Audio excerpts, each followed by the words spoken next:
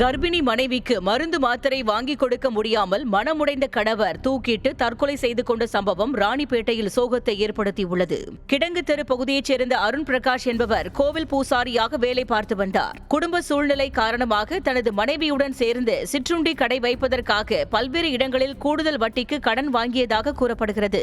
இந்நிலையில் 7 ஆண்டுகளுக்கு பிறகு கருவுற்ற மனைவி உடல்நலம் பாதிக்கப்பட்டு மருத்துவமனையில் அனுமதிக்கப்பட்ட நிலையில் மருந்து வாங்க பணம் இல்லாததால் வீட்டில் தூக்கிட்டு தற்கொலை செய்து கொண்டார்.